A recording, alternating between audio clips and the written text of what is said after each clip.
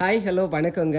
இன்னைக்கு காலையிலேயே உங்களோட கஸ்தூரி பாய் வந்து கடைக்கு போயிட்டு வந்தாச்சு. பார்த்துக்கிடுங்க, அரிசி தீர்ந்து போச்சு, அரிசி வாங்கியாச்சு. இந்த கையில் முட்டை எவ்வளோ ரூபா? ஒரு முட்டை 75 பைசா. 75 பைசாவா? 75 எவ்வளோன்னா சொன்னா 10 முட்டைக்கும் எவ்வளோன்னே ஓர்மை இல்லை. அதுக்குள்ள மறந்துட்டா? சரி இரு, அதில் செங்கல்பட்டு அரிசி 5 கிலோ.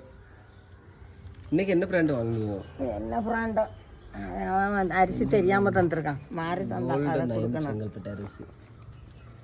செங்கல்பட்டு அரிசி வந்து இப்படி தான் இருக்கும் பார்த்துக்கோங்க. கொஞ்சம் அரிசி பெருசு பருவ அரிசியாக இருக்கும், அழகா. எவ்வளோ ரூபாமா? 175 ரூபாண்ணா. 5 கிலோவா? ஆமாம். முட்டை விலை மறந்துட்டு. முட்டை விலை மறந்துட்டு.